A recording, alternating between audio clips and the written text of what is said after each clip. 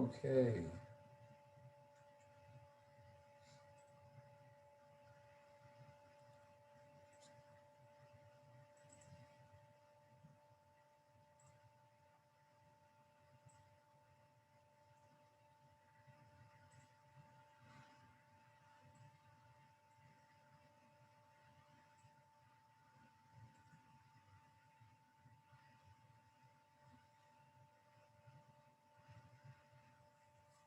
I'll keep this brief in a minute, give people another minute to catch up, get online. This won't take too long anyway. We're just going to kind of talk about what's coming up.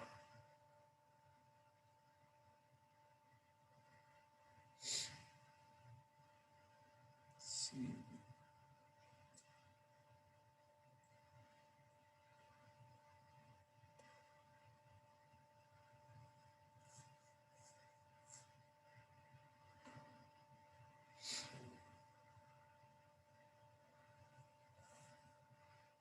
Okay, I don't want to hold it up too long. We're just going to get started. So hopefully everything's you got everything squared away for the week. Just should have a few runs left. Nice easy runs. All the workouts done. Everything's ready to go. You should be locked and focused, ready to go for Sunday. Okay. Now, just going to go over some of the like logistics and other things like that, just for people who might not be real familiar with the course. And now this year there are two different start lines, so you have to kind of be aware of that too. Not everyone's starting in the same spot. And I know I think it was Andrew asked about parking in that for the race. And these are the parking. I have the parking map up first. It's somewhere in these. There's a million emails I know you guys got, and they have the parking in one of them. But the ones highlighted in yellow, they're supposed to send a new one out, but I'm just using the old one because I know what most of them are going to be. But the ones highlighted in yellow are the ones where you can park. And you can see right here is Secor Road on the far left of this map. Kind of follow my cursor a little bit. But anyways, you're going to be starting, the half marathon is going to be starting right on Secor Road. So these lots 25 are the perfect spot to park. Okay. And it's on the outskirts of campus on Dorr Street and Secor, so you don't have to drive, into campus and negotiate what's closed off and what's not. But I am going to tell you, you probably will need to get there early, maybe an hour or so, hour the minimum to get there, because I'm sure these will fill up fast since the half is like right around the start. Now the marathon starts kind of down by the glass bowl. So, you have the lot 25 option. This is the parking garage. If any of you are familiar with University of Toledo, on Bancroft and Douglas, there's a parking garage. That's a good one that people park at. And then there's another parking garage right here. It's like behind Stubborn Brother and everything like that. There's a big parking garage and parking lot that is open for everyone. Those are your three best spots if you don't have like some little special area where you know to go. Okay, these are like the three best spots because they are massive parking lots too. Two parking garages, and this one down here is huge, lot 25. Lot 20 is okay, but you got to hike to get to the start and a hike when you're done with the race. Okay, that's like on the opposite end of where you're starting from for the half, if you're in the half. And it's kind of central to the marathon. So if you're running the marathon, you're not too far away. But the half, I don't suggest lot 20 because that's a mile away from the start.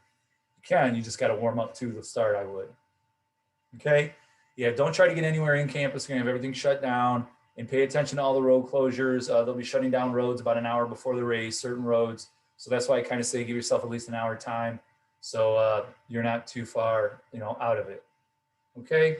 I know I wouldn't trust lot 12 and lot 26. Those are where the corrals are going to be. Like lot 12 here is where the corrals are going to be for the half, because they're going to walk everyone out and then down this little street to go to Secor, and then they start. So that will not be yellow if they send out an updated map. Okay. So don't use lot 12. Don't use lot 26 because you won't even be able to access it. Because since this will be the corrals and all that, this will all be blocked off. So your best bet is to stick to these outside parking lots.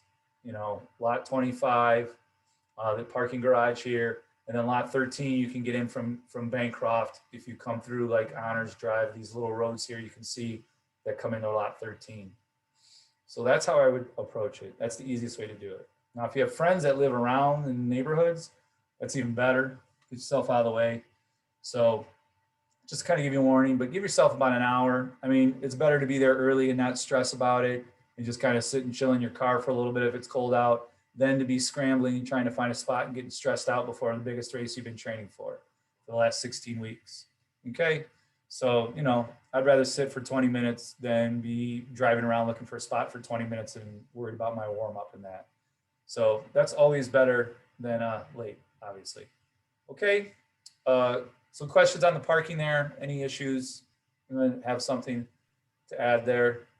Hey, Bob. Yeah. Didn't have a question on the parking, but where did you say the start for the marathon was going to be? Start from the marathon is going to kind of be down. If I remember, let me double check. I thought it was still on West Tower and Secor. Or if it changed. It's right there. Oh, I see it. See it right there, right outside the glass bowl? Oh, okay. Yeah, they're starting right outside the glass bowl right there where my cursor is right now. And here's the finish inside the glass bowl. So you're basically on the road you're finishing on, coming down. You know how you come down that road in the old finish? You're starting on that road. So that's why I said if you're like for parking, if you're, let me take it back to that parking map. Yeah, you're going to be starting like right around here. It says, you can see the 5K too, where they're finishing that. But you're going to start right around here and then boom, you're heading out. Okay. Thanks. So you're kind of going backwards on the course a little bit because you're going out and then going, over to Douglas and then down Douglas to Door. And then that way. So you're kind of doing backwards of the old course 2 years ago or 2 or 3 years ago, if I remember.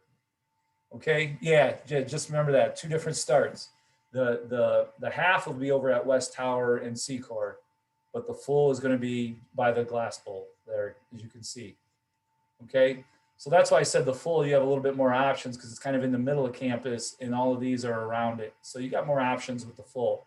The half, your best bet is going to be lot 25 and lot 13, because that way you're on the west end of campus. And so the start is on is on Secor, the west side of campus. So that would help you out. Okay. Other questions on parking there? Because that can be a problem. I know the thing you want to do here is, and that's kind of the big thing of my email, is you want to eliminate any outside things that you can take care of prior to the race. It's all about getting that out of your way. Having the bag ready the night before, having, your route plan, where you're going to, go in the morning, where you're going to park, all of these things. Get these things taken care of before you get to Sunday morning, so you're not scrambling around trying to do it. It's funny. I learned this from Keith Medeiros' dad, Duff Medeiros, great guy. He used to tell his junior high kids that all the time, and I talked to him about junior high cross country, and it's a simple thing. Control the variables you can control before the race, and these are things you can control. You can control when you leave. You can control your bag if it's packed. You can control your breakfast, all of that stuff. So control the variables you have control of. Obviously, leaving early is something you can control. Availability of parking, you can't. So if you leave early, you're helping that variable of parking out. So always take care of those variables. Have that bag ready to go. Know what the weather is going to be. Have extra gear in case, stray shower pops up when you got to warm up and you want to put on a windbreaker, or it's a little colder than you thought. Take more than you need. Who cares? You can always take it out of the car, but you can't get what you don't have with you when you get here. So always do that. Just be prepared and everything will go okay. People think it's not going to be a lot of people there. This race isn't cut back that much. It's about an 8,000 person race in a normal year. We have 6,000 people coming in. So it's not going to be like a couple hundred people like you've been seeing in some of these COVID races, a few hundred only showing up. It's gonna be 6,000 people walking around out here. So just realize it'll be crowded. Okay, it's not going to be a desert town here because it's COVID. So just remember that. That's parking. So next, the race courses. Just want to make sure everyone's clear on the courses, because that was a good question by Andre. Because some people, they are different starts. The half is pretty easy. It starts kind of the normal spot where most of the races have gone off, or the last time it went off in 2019 was from this area on Secor Road. So that's kind of the same area if you race back in 2019. and you're going, you're following the big roads and then heading into Ottawa Hills, the marathon route part of it. Okay. This all here is Ottawa Hills, which if you're familiar with Toledo, those of you are, it's a nice area. You'll get your miles in, you'll get some hills in there. Nothing crazy. It's not like there's a mile long hill or something. It's just some rolling hills throughout there. But I know where we're from, it's any hill is a hill. Okay. It's not like we're coming from Cincinnati or somewhere like that, Pennsylvania. So any type of little rolling hills, we notice right away. So just be prepared. There'll be some hills through here, especially when you're on Brookside, sorry, and some of Sulphur Springs and that. The good thing is though, once you get back in, the first 4 miles are going to be relatively flat. And then when you hit Bancroft, that'll be relatively flat coming in for the last couple miles. So it's going to be in this middle section here where you hit some of these hills. Okay. But of course, it's still a good, relatively flat course. So you can run fast if you're looking to run fast. Remember, water stations only, especially for the half, there's no gel. The gel stations are only in the marathon. If I remember correctly, the half has none. But you can see the little water markers, make a note of that you know where the water is going to be so you can prepare for it when you're out there running. You know when the water is going to be, especially if you're going to take in honey stingers or goo or any type of solid substance and not liquid. If you don't carry a water bottle with you and you're going to carry like solid refueling, like a honey stinger gel, like I said, you're going to want water. So my advice is to take that right before you get to a water station. Those things like goo and honey stingers and that, what they do is when they get into your system, they begin to take water away from you because they have to dilute it. It has to get diluted and digested.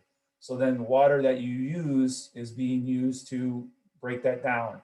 The only one I know of that's really good about not doing that is Maurten. Those it's spelled Maurten. I'm not familiar with every single like refueling thing out there. I do know Maurten kind of keeps itself together and goes through your intestine that way and stays that way. So it doesn't use as much water from your body, but the other ones do. So make sure you're aware of the water stops. If you have some type of refueling like that, take them before the water, and then you have the water, then you can drink with it when you hit a water stop. Okay. And it looks like the first one isn't till after mile 2.5. And there's a porta potty there too. And then it looks like they go about every 1.5 miles or so to 2. So you got plenty in there. From what I can count, I think there was like 8.5. 1, 2, 3, 4, 5, 6, 7, 8, 9, actually 9 or 10. Oh yeah, there's quite a few. So that's plenty. So just make sure that if you have those type of refueling things, you use them that way. And that applies for the marathon too. And you'll notice in the half when you finish, you're coming down Bancroft, okay? Not coming down University Parks Trail, not coming down Hasty or anything like that. You're on Hasty a little bit up here at mile 10 or so, and then you come down Bancroft, and then you finished down Tower View. So you run the main drive of campus. That'll be nice though for the last mile. That's downhill when you turn on to Tower View. So you get a nice downhill push for that last half mile of the race or so. So that'll be nice, okay? So just remember that. So once you get on Bancroft, start cranking it up because you only got a few miles left. Or give what you got left for some of us when we hit that wall. Now the marathon will be a little different. Marathon extends you out past Ottawa Hills. The course there, as you can see, let me try to make it a little bigger. The start here is right there outside the glass bowl by the big parking lot there. No parking will be there, so don't try to get in there. But then you can go and you can run out, and then you do all that, the same loop, but you're doing it backwards of the half. Those of you running the marathon, you're going to go this way around and head out instead of coming down that way and heading out. So you're doing a little cutoff and going that way. You're just basically not going down C Corridor. You're going down Douglas to Door and then following the same route as the half. Okay. So that adds on a couple miles there. The big change is going to be when you get out of Ottawa Hills. You guys carry into Sylvania. You see my stomping ground a little bit right here, and you go out to Wildwood. That is a fairly decent section. Those of you running the marathon, though, if you've run this marathon before, you know Sylvania Avenue. once you get past Holland, Sylvania to Corey Road. So like from mile, just after 18, all the way to about 19 and a half, that's a slow climb. That's probably a decent sized hill for us around here. So take that into account. Don't go crazy on it. Nice and steady up it. For those of you doing that marathon, just keep that 1 foot in front of the other, and you got it. The rest here is kind of neighborhoods, not hilly really at all. I will tell you one thing: get used to the bike trail, okay? Because that's what you'll be on for a good portion of this. You'll come up to Wildwood, and as if you saw the post on the Glass City Marathon site, when you come up to Wildwood and you go through Wildwood, the first time you get to the bike trail, you see here, you're going to go right out of it. You're going to go from 12, and then you're like at the half marathon right after the bike trail. So you're going to do that the first time. You're going to go into Sylvania. This is all a bike path for those of you who have never run the marathon. And then you're going to go down King and then run some neighborhood in Sylvania. And then you're going to come back Sylvania Avenue. And like I said, that hill is right here. Once you get past Holland, Sylvania after 18, all the way up. Now I do remember they said, I think it's right here, right around 16, they said there would be gel, and then right around 18, if I remember correctly. Okay, so there should be some at 16. They didn't put it on the maps, I don't think. It does. I don't see it anywhere, but they're going to be around the water stops. So that's a good thing. So if you get one at 16, there's a water stop coming up just after 17. And if it's before, it's just after 15, there's a water stop between 15 and 16. So the only one I don't see is I don't see a water stop between 16 and 17. So if you hit that gel on 16, make sure you get that water right away after 17, okay? And then 18, there's another water stop just after 19.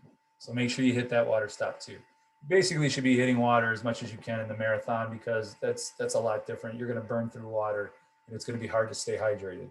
So especially if you don't carry anything with you, it's hard to stay hydrated in a marathon if you skip water stops. So try to at least get as many water stops as you can early and often. And I tell people that all the time: do not wait in the water stop. It's not going to be hot. I know. Even if you grab a quick glass and do a sip and throw it down and keep going, that's fine. Just keep taking water whenever you can. Dehydration happens quickly. Don't care how cold it is. It'll get you, especially in these longer distance races. They creep up on you, and then last thing you know, you're at mile 20 and your mouth is dry and you're trying to get as much water as you can, but it's too late now. It's going to be a struggle. So hit that water early and often. Yeah.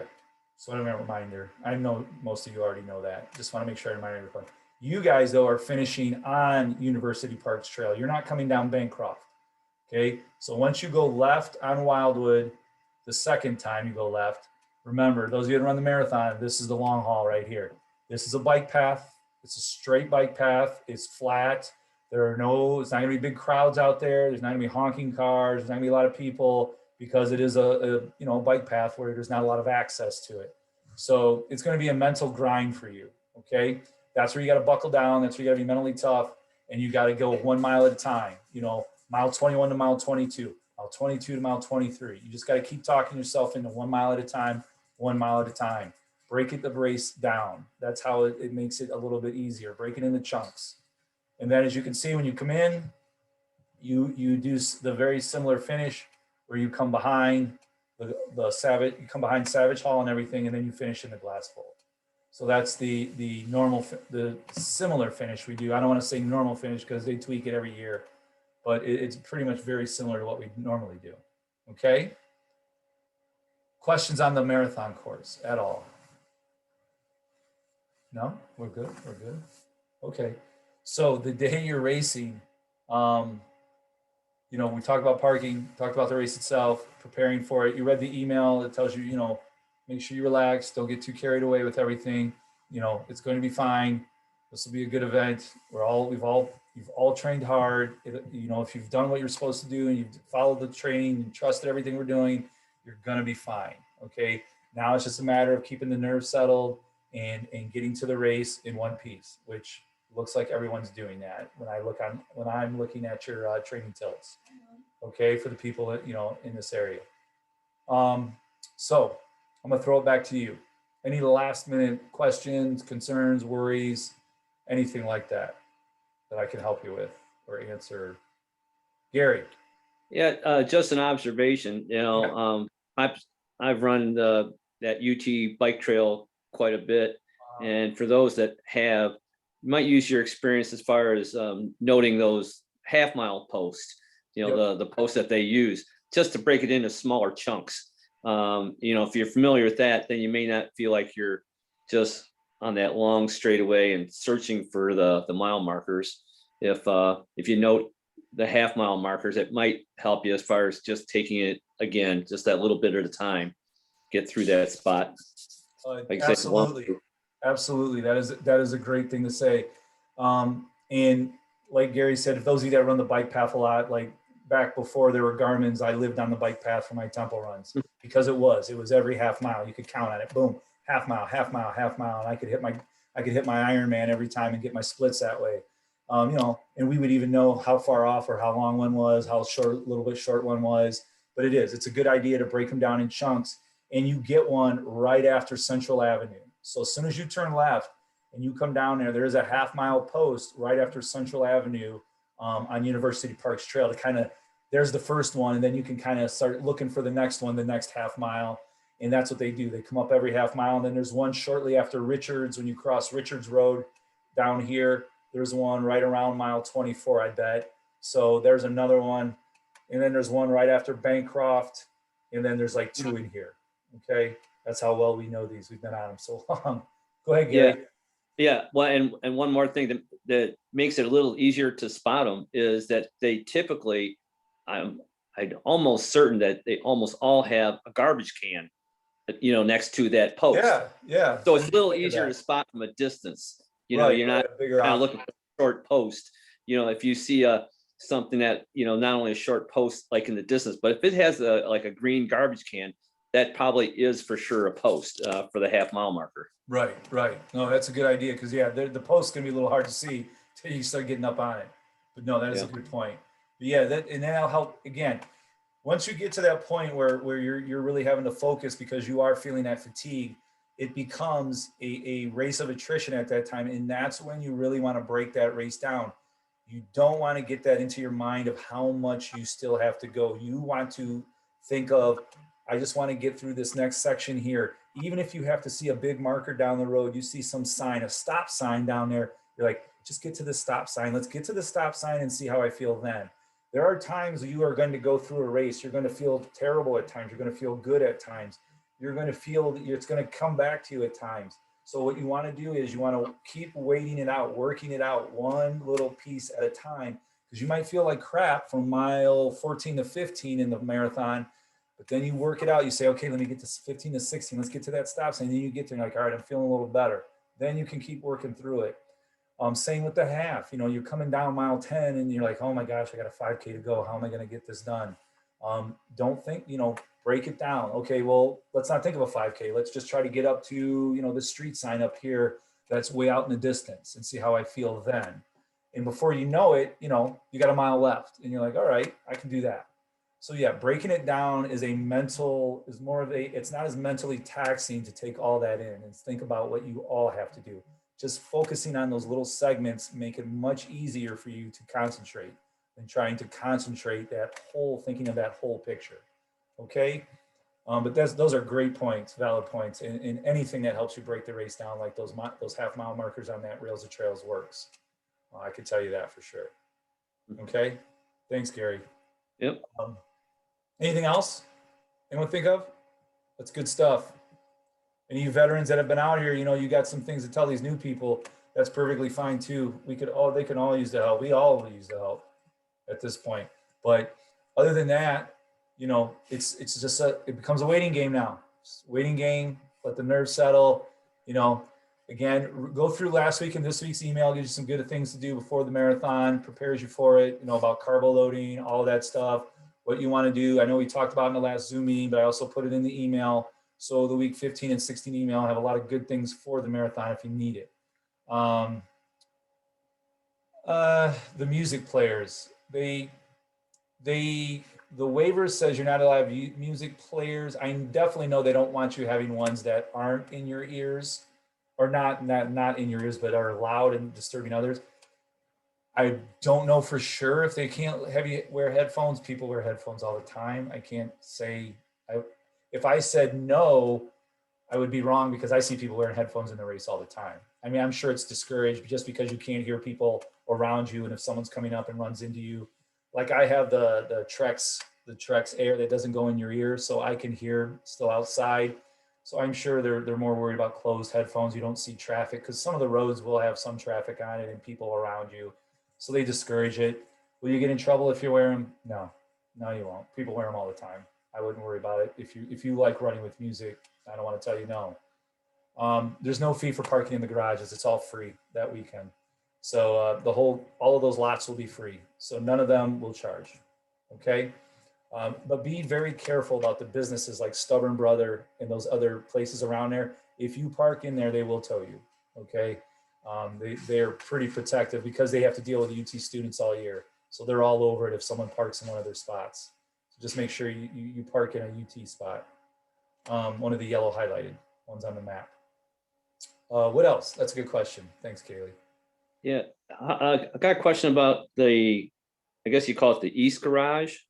Is there Yeah. gonna be, because that's right where the cars goes out, the Right. marathon course goes out. So I guess how close to race time do they close That's that access? Any idea? That's going to be the new email. They said they were sending out a parking email. I saw it said this week.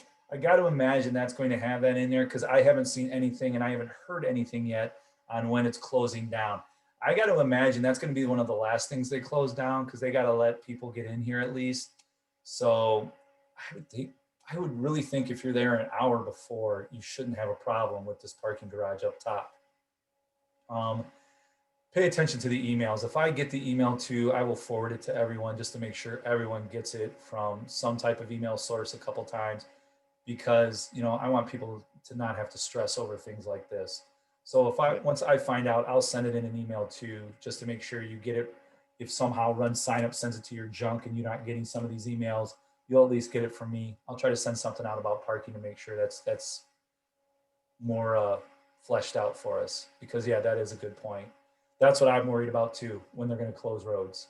Yeah, well, because I'm thinking in terms of for the marathoners, that would, well, it's probably equidistant whether you're east or west garage, but Right. thinking that there are probably a lot more half marathoners. Would that be right? Yeah, there are. Okay, so if there's a lot more half marathoners, they're more likely to use lot 25 or the west garage closer yeah. to their starting line. Oh yeah. And we would probably prefer to be in the east garage if you're a full marathoner. Yeah, that would definitely make a lot more sense, and it would be, and hopefully I would think, like you said, there would probably be easier to access that one, because if it is less crowded over here, because people are kind of avoiding that would be the perfect spot to go. But yeah, I'm still waiting to hear about the times too. I didn't see anything on that yet. Okay. But that is something to think about too. And don't forget, they all still start at the same time. The half and the full are still starting at 6:30, 6:32 in the morning. Okay, it's not like they're going to start the marathon, then a half hour later the half. This will be at simultaneous starts. Okay, so just so you know that 6:32 for each. So if you see a bunch of people flying by you, it's and you're in the marathon, it's the half. Don't worry. You started at the same time. You're not slowing up already. Okay. For water, that's a good question. If you want your own special water or fluid, you can have people out on the course anywhere you want. I mean, it's there's USATF rules in that, but unless anyone here is going for Olympic trials or setting American records, I don't think anyone's going to be turning you in if someone hands you water out on the course. Okay, that's not affiliated with the race. So anywhere you want, I would say there are some access points along the University Park Trail. I would look for some of those. Maybe they can get to you for right. I mean, King and University Parks Trail, once they come off of that is a great area. There's a library. Let me see if I can show you that real quickly. We're going to run out of time in a minute, so I'm going to wrap this up too. But just to give you a couple ideas for that, if you're running the marathon, because that would be more needed, I think, than the half to have someone out there with fueling. Anywhere after you get out of Wildwood the first time, on the Parks Trail, you have McCord Road. There's a parking lot right here. You might be able to access. You can see the porta potty there too. There's neighborhoods around it. You could probably park your car and they could come out and meet you at this intersection on McCord. King Road. There's the library over here. There's a Kroger over here where they could, before Cougar Lane. Well, Kroger's, I guess that's all after. Sorry, you're going through Cougar Lane. You're not going up to Sylvania. So all through, you know, you could stop here. There's a stoplight there. There's all kinds of access points. They could do it. It's just, you know, once you get close to campus and that, they won't be able to. But they could get to some of these smaller areas. Okay, you just have to map it out ahead of time, and that would work. Okay, half, you know, same thing. Ottawa Hills area. Bike is the best thing to do. If you have a someone who can bike around, then they can bike to points easier. Even if the cars aren't letting traffic through, you can still get a bike through. And they could carry a backpack of fuel if you needed it. That's the best bet if you really want someone to help you. Okay. Anything else? All right, guys. So before I run out of time here, wish you guys all luck. I'll be down there, not running because I'm in charge of all the race pacers. So I'll be running around with them and that. But I'll try to get out there some on the course and be yelling at people on my bike. And again, have a good race. Don't stress too much about it. It's going to be good. It's going to be a great morning. Weather looks perfect. 40s, sunny, no high winds. So we can't argue with that. I'll take it. Snow will be gone. It's already gone almost. And it's going to be a great day. Okay? All right. All right. So I'll see everyone out there, hopefully. If you see me out there, come up, say hi. I'd like to meet you in person. If I haven't, that'd be great. Otherwise, good luck. And I'll be looking forward to seeing what happens on Sunday. Don't worry. I want to hear it. All right, guys. Thanks, Bob. Good luck, Talk to you everybody. later. All right. Any questions, I'll email me too. I'll take care of you.